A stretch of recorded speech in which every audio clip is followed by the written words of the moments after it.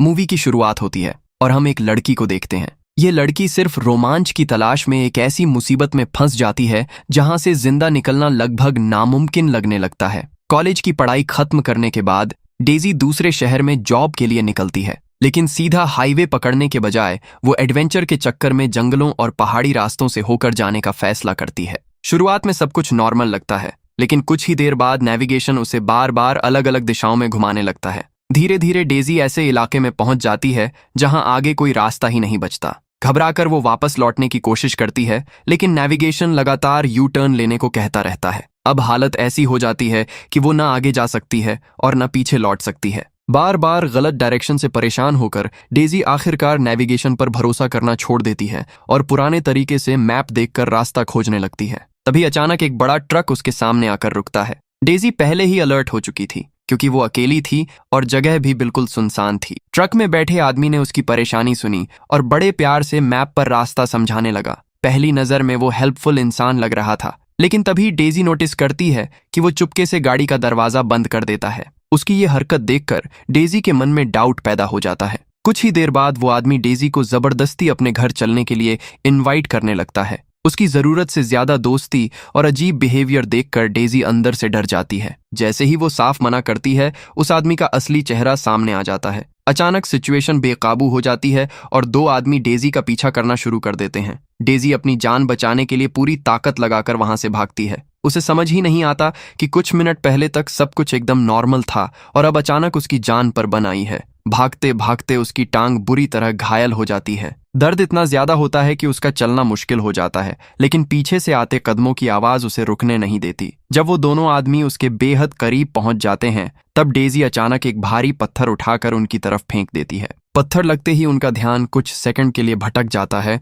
और उसी मौके का फायदा उठाकर डेजी घने जंगल की ओर भाग निकलती है। धीरे धीरे शाम होने लगती है। कई घंटों तक भागते रहने के बाद डेजी एक छोटी सी नदी के किनारे पहुंचती है। वो प्यास से इतनी बेहाल होती है कि पानी साफ है या गंदा इसकी परवाह किए बिना सीधे उसे पीना शुरू कर देती है। सामने फैला घना जंगल उसे पूरी तरह अकेला महसूस करवाता है। उसके चेहरे पर डर साफ दिखाई दे रहा था, लेकिन फिर भी वो खुद को हिम्मत देती रहती है कि उसे किसी भी तरह यहाँ से जिंदा निकलना होगा। रात होने पर वो जंगल में एक छिपी हुई सेफ जगह ढूंढकर वहीं रुक जाती है। पूरी रात वो डर के साए में बिताती है, लेकिन किस्मत से उस रात उस पर कोई अटैक नहीं होता। सुबह होते ही उसे अपनी घायल टांग की टेंशन सताने लगती है। इन्फेक्शन से बचने के लिए वो नदी के पानी और अपने पास रखी एक सॉफ्ट ड्रिंक से अपना घाव साफ करने लगती है। दर्द से उसकी हालत बहुत खराब हो जाती है, लेकिन फिर भी वो हिम्मत नहीं हारती। हालांकि अपनी इस जल्दबाजी में वो एक बड़ी गलती कर बैठती है। उसके घाव से निकला खून पास की पत्तियों पर लग जाता है। उधर वे दोनों आदमी अभी भी जंगल में उसे ढूंढ रहे थे।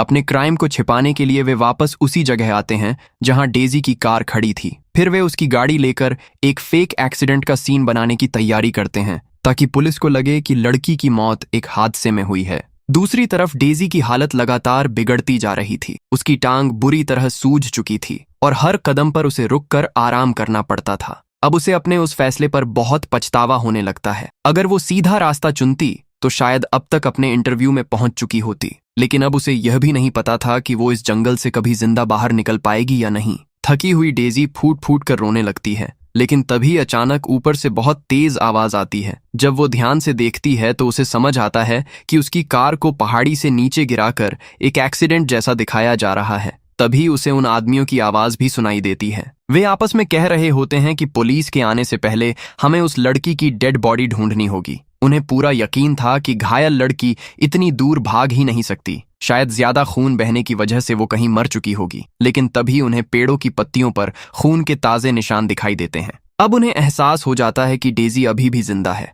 इसके बाद वे पूरे जंगल में उसकी तलाश शुरू कर देते हैं। इसी बीच डेजी को पत्थरों के बीच एक टूटा हुआ मोबाइल फोन मिलता है, जो शायद उसकी कार से नीचे गिरा था। उसकी स्क्रीन पूरी तरह टूट चुकी थी, लेकिन फोन अभी भी चालू था। ये देखकर डेजी की आंखों में एक नई उम्मीद लौट आती है। वो तुरंत हेल्प के लिए कॉल करने की कोशिश करती है, लेकिन इतने घने जंगल में नेटवर्क का एक भी सिग्नल नहीं मिलता।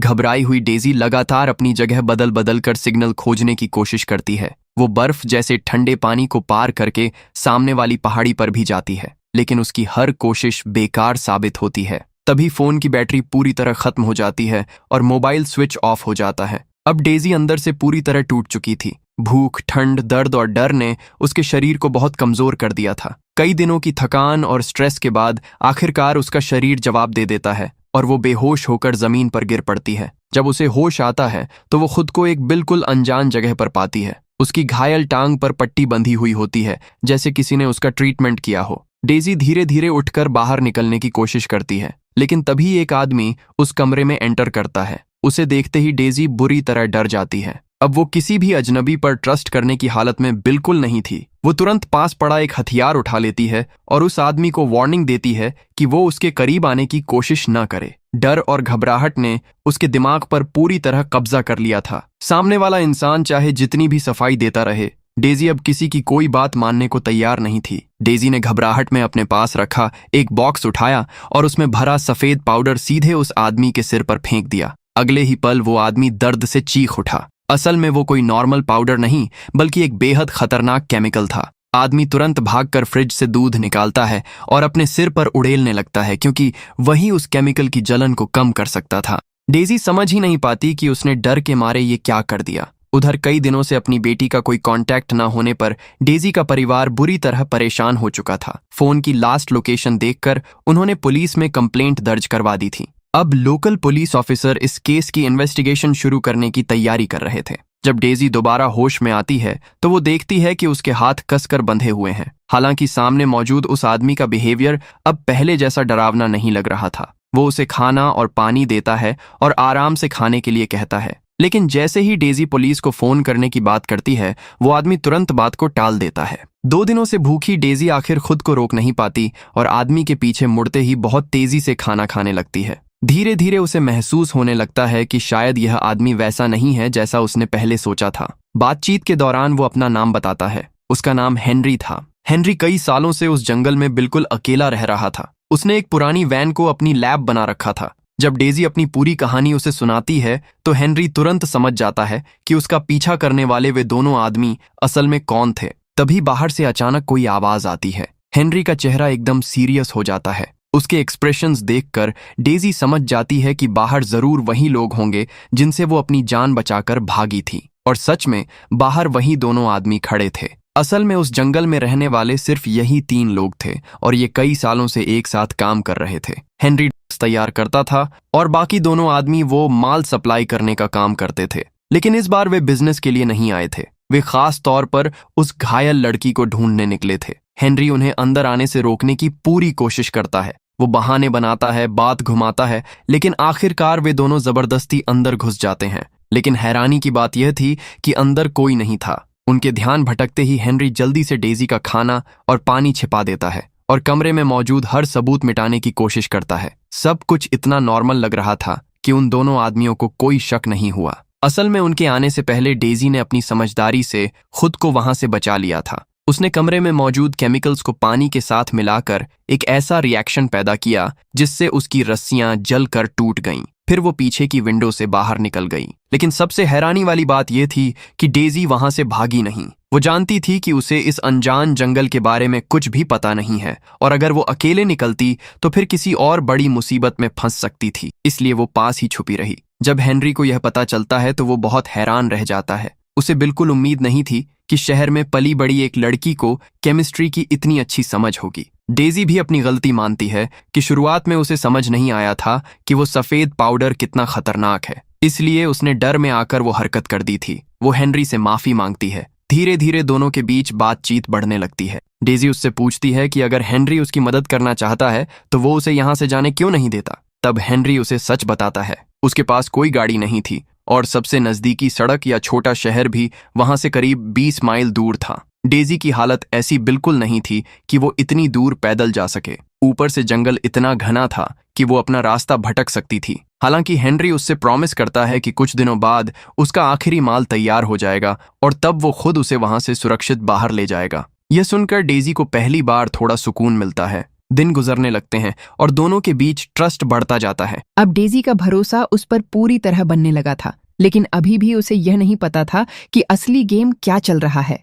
फिर एक दिन अचानक एक पुलिस ऑफिसर वहां पहुंचती है और सारी सच्चाई सामने आने लगती है। असल में हेनरी और वे दोनों आदमी उसी लेडी ऑफिसर के लिए काम करते थे। वही इस पूरे नेटवर्क की असली बॉस थी। उसी की प्रोटेक्शन में वे दोनों आदमी सालों से जंगल में लड़कियों का शिकार करते आ रहे थे। ना जाने कितनी मासूम लड़कियां उनकी वजह से गायब हो चुकी थीं। जब डेजी पहली बार जंगल में पहुंची थी तब मैट और उसका साथी एक डेड बॉडी छिपा रहे थे। उन्हें लगा कि डेजी ने सब कुछ अपनी आंखों से देख लिया है, इसलिए वे उसे ढूंढकर मार देना चाहते थे ताकि कोई गवाह ना बचे। इस बार भी वो लेडी ऑफिसर उसी वजह से वहां आई थी, लेकिन हेनरी किसी भी कीमत पर उसे घर के पास नहीं आने देना चाहता था। वो डेजी को बचाने की पूरी कोशिश कर रहा था। मजबूर होकर ऑफिसर को वापस जाना पड़ता है। कुछ देर बाद मैट माल लेने आता है। जाते जाते वो बड़ी शान से पुलिस ऑफिसर के द्वारा दिया गया जैकेट दिखाता है। तभी अचानक उसकी नजर सीढ़ियों पर पड़े पैरों के निशानों पर जाती है। वहां 2 अलग अलग साइज के जूतों के निशान साफ दिखाई दे रहे थे।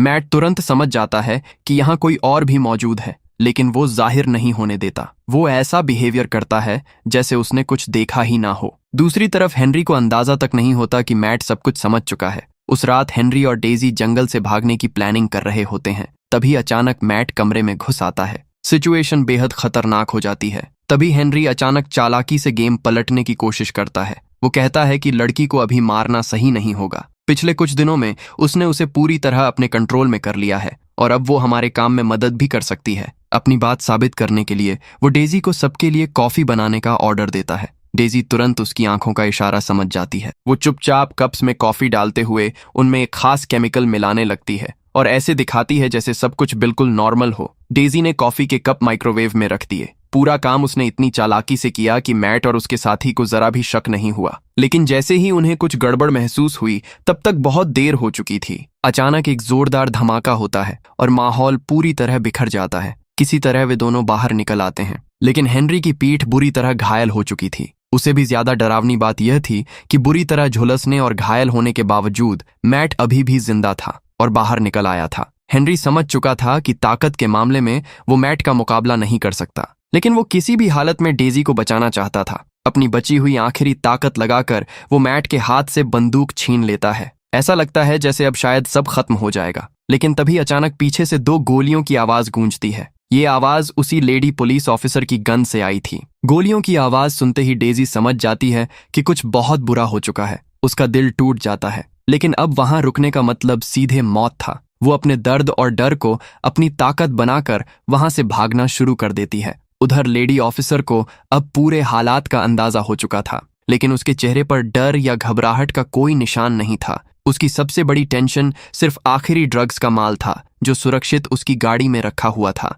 अब उसके रास्ते में बस एक ही रुकावट बची थी, डेजी। इसलिए उसने फैसला कर लिया कि डेजी को हर हाल में खत्म करना होगा। कई घंटों तक भागते रहने और जान की बाजी लगाने के बाद आखिरकार डेजी किसी तरह मेन रोड तक पहुंच जाती है। लेकिन उसकी किस्मत इतनी खराब थी कि वहां उसे वही लेडी ऑफिसर मिलती है। हालांकि डेजी ने उसे पहले कभी देखा नहीं था, लेकिन उसे उसकी आवाज अच्छे से याद थी। जब वो पहले हेनरी के घर में छुपी हुई थी तब उसने उसी ऑफिसर को हेनरी से बात करते सुना था। इसलिए जैसे ही ऑफिसर ने पहली बार उससे बात की, डेजी तुरंत समझ गई कि अब वो बहुत बड़े खतरे में है। वो लेडी ऑफिसर बंदूक के दम पर उसे अपने साथ ले जाती है। दोनों एक नदी के किनारे पहुंचते हैं। अब वो ऑफिसर अपनी आखिरी प्लानिंग पूरी करने वाली थी। डेजी कितनी भी रिक्वेस्ट करे, वो औरत बिल्कुल पत्थर दिल बनी रहती है। डेजी समझ चुकी थी कि ऑफिसर उसे मारकर उसकी मौत को पानी में डूबने का एक्सीडेंट दिखाना चाहती है। जब डेजी पानी में उतरती है, शायद वहीं से भाग निकलने की उसकी आखिरी उम्मीद थी, लेकिन ऑफिसर पहले से तैयार थी। वो तुरंत डेजी को पकड़कर